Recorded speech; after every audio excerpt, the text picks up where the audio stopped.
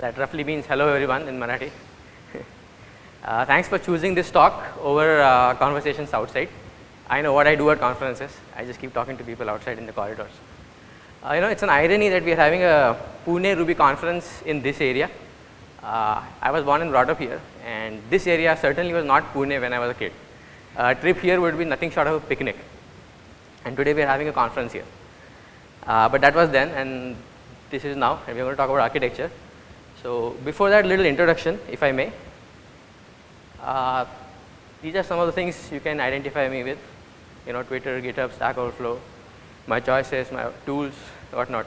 As Dumbledore says, choices maketh a man or a woman. So these are some of the choices I made. And if you like any of these, come talk to me about them afterwards. Before we actually talk about architecture, framework, and Rails, I have a small Ruby question. Whoever answers this gets these two t-shirts. One is a Nilenzo t-shirt and the other is a Cybrella t-shirt. This is a Ruby code. I run it. There is an if-else block, and it outputs I am an if block and in else block I am. Both the parts of the if and else assignment. This actually happens. Who can answer this question? Okay, there is one. Anyone else? What is the code that makes this happen? This is the code, and the output is what is on the slide. If put something, else put something else, run it, it outputs if and else both. 1, 2, okay. Yeah, so magic code is going to be replaced by a method.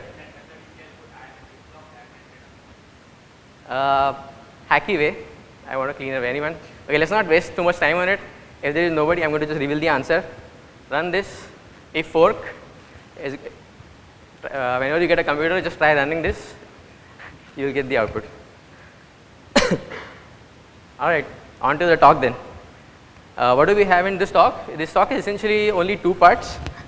First is we talk about why do we do this, like what are the benefits of doing or putting your architecture in front of your framework or above your framework. And in the second part, we take Discourse, a popular forum app, which is open source Rails app, and we apply the principles learned in the first part onto that, and then see like what gives or what yields. So let's come to this part. Why do this? Typically, when I'm writing an app, understanding or gaining something out of coding is about two things. One is clear intent, and second is better understanding. So if you're doing something custom or out of the way, these are the two things I typically look forward to, and these are two things I gained when I was actually working on this.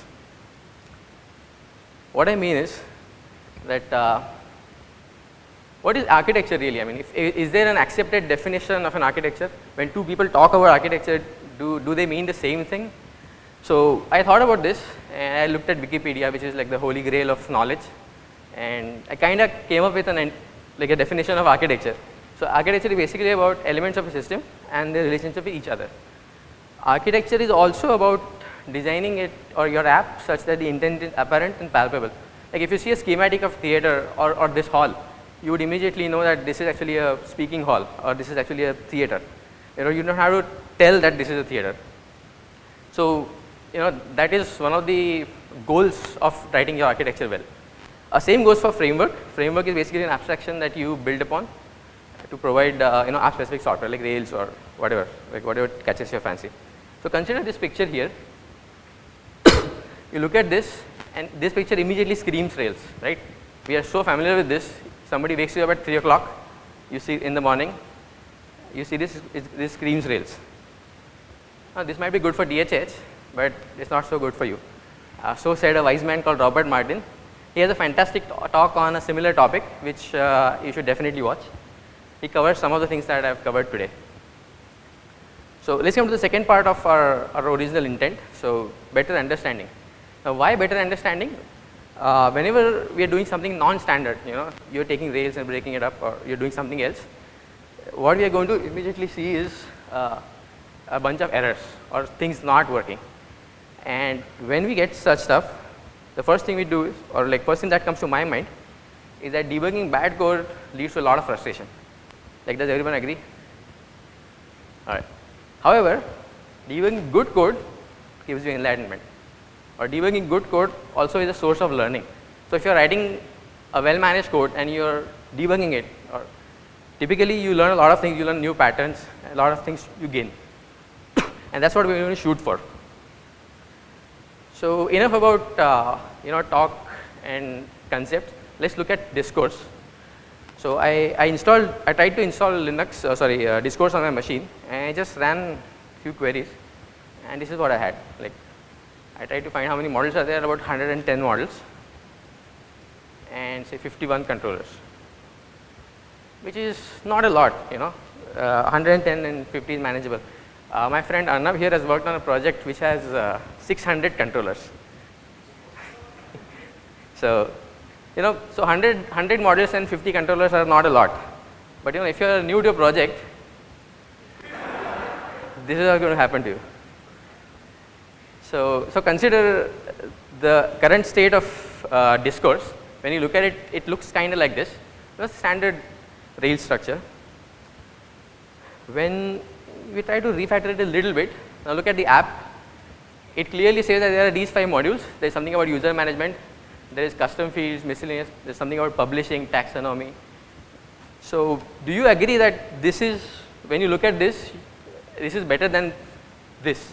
Like, does everyone agree that the second part is better than this? Well, I certainly do, and I prefer this over that any other day. Whenever I look at this, I immediately know that these are the things I'm going to look forward to. Or if I want to do something about taxonomy, like do categories, there's some problem in the code with related to categories, I know that taxonomy is where I want to look at. So what I did was I took Discourse and I did all this in apps, in your tests, in configuration, and wherever I could refactor it and not make it look like Rails and make it look more like what I am building. I got a lot of errors. At every point I was getting errors after errors. The first step was like file not found. You fix that, then you get something like nil class, you get some more file not found. Bunch of these errors, they kept coming and I kept fixing them. But one of the errors was interesting. This one. Why? Because this says uninitialized constant site setting. Now what I know from my previous Ruby knowledge is that file lookups are typically fixed by managing load path. You put something on your load path and your interpreter or the VM that running your code can find that file. But constant lookups, they are fixed by managing auto load path in Rails. Constants are not just files, they are fixed by looking auto load path. So I start digging in Rails and see where is the auto load path defined or configured or edited, and I stumble upon this piece of code. Is it even remotely visible to everybody? So basically what Railtize is doing is it's adding all the paths where we typically put our constants, and they are manually adding all of them. Any constant you put in any of these folders, it can be automatically looked up when you run your code. So this was good. So now I know like what to do with my this particular error. Like there is a constant missing. I need to know, or I need to tell my app that if it is not able to find the site setting constant, it should look in these places. So how do we do that? We add this to our application RB. There is a setting called auto load paths, and we update it. We add our own custom auto load paths, and we tell Rails, okay, if you don't find it, you're going to find it here. With this, next comes this. So I try Rails console, and I'm able to immediately run. So with all the restructuring and breaking stuff around, I'm still able to run console, and not just load classes, but actually run queries and get the data, which means typically I have success at this point. I feel elated. So what I do is I open the browser, I open a browser window and try to go to Discourse, and the first thing I'm hit with is missing template. Boom. Shit, all this was nothing. So what do? Now at this point, what I claim is as the first real limitation of Rails is namespace based lookups. Namespace based lookups are everywhere in Rails. You try to run or load a helper, they are located in app helpers. All views are in app views. And namespace based helpers are like really evil. What happens is whenever something is missing or something doesn't fall into place, you don't immediately get an error when you are doing hard lookups. The error propagates down your stack and you get an error somewhere in another part of your app. And those kind of errors are really hard to debug. We will see that in the coming sections. So, but first we are back to this particular error. Thankfully, Rails has a customization where you can specify where your views are located, and that was easy enough to find for me. So, in an application controller, you add a before filter, and then you append your view path, and then whenever there is a time to render the view, Rails is going to find that view in all of those paths, apart from the default ones. So now we run the app, we go back, and we see this bizarre error: undefined method render goo. There's goo spread all over the page. So I search for this, and what I find is that this is a method in a helper file used in a layout. So Rails or the Rack app is not able to find the methods defined in helpers. Now at this point, I come at the second limitation, which is basically unfriendly helper customization. So customizing helpers and where to put the helpers is not very easy in Rails. So I tried adding paths, or I searched for helper paths and whatnot. So could not really find any configuration or documentation, so to speak, to tell that okay, my helpers are maybe in this location. At this point, I thought of giving up and moving all my helpers back in, say, app helpers. But what I mean to actually tell by this is this could very well be the unfriendly customization of anything. So this is what I mean by talking about namespace lookups. So Rails actually tries hard to look at app helpers and load all the helpers from that app helpers directory, which means that it is dependent on that app helpers namespace, and there is no easy way to customize it. There is nothing in the documentation that tells you that you can do it. So, and not just helpers, this is true about a few other things as well. I have not covered all of them in this talk, but if you are interested in these kind of things, you can come and look at the code and share them with you.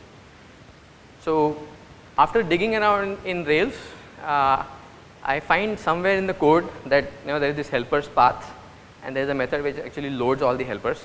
So if you look at dir path here, it's going to look at all the folders and then helper, a file name underscore helper in that particular folder. And then there is this method, magical method called helpers path, which is not really called from anywhere else in the code and not really found in the configuration anywhere. So I do a little more digging, and I find that in Rails ties, there is this initializer which actually sets the helper path. Has anybody written a Rails tie initializer here? One. Okay. So Rails tie is basically when you have custom initializers that you want to add to your boot process, which is outside your standard Rails application, or maybe you're doing a library. For example, Bootstrap or Font Awesome library, it adds a few paths to the Rails boot process. So in that case, this is supposed to be utilized by gems, which you import in your Rails app, which will utilize this and then add stuff to Rails. So helpers path is one of them. There's assets config, and there are a ton of them. If you go to this file Rails/Rails tie, you will find all of these customizations there. So sure enough, what we do is, we get the helper and we create a new helper Rail tie. We add all the paths, same user management or whatever, add it to Rail tie, and then finally, yay, done. So at this point, after a lot of testing, or the entire app actually runs. You're able to add categories, post stuff, change or do user management. So if we kind of look back on what all we did, we had file structure related errors, which we kind of fixed using load path. Then we had like constant lookup kind of problems, which we fixed using auto load path. Then we had view path, which was like namespace based lookups. We saw how evil was that. And then finally helper path. At the time of fixing helper path, we tried our hand at Rails ties. So basically 4 different aspects of Rails or running our code, and we have touched about 4 different parts of how Rails boots up. So this is what I mean by like enlightenment or like learning from debugging your code. So normally if you're writing a Rails app, no matter what kind of architecture you have, unless you mess things up, you're not going to really run into these issues unless you do something non-standard or out of the ordinary.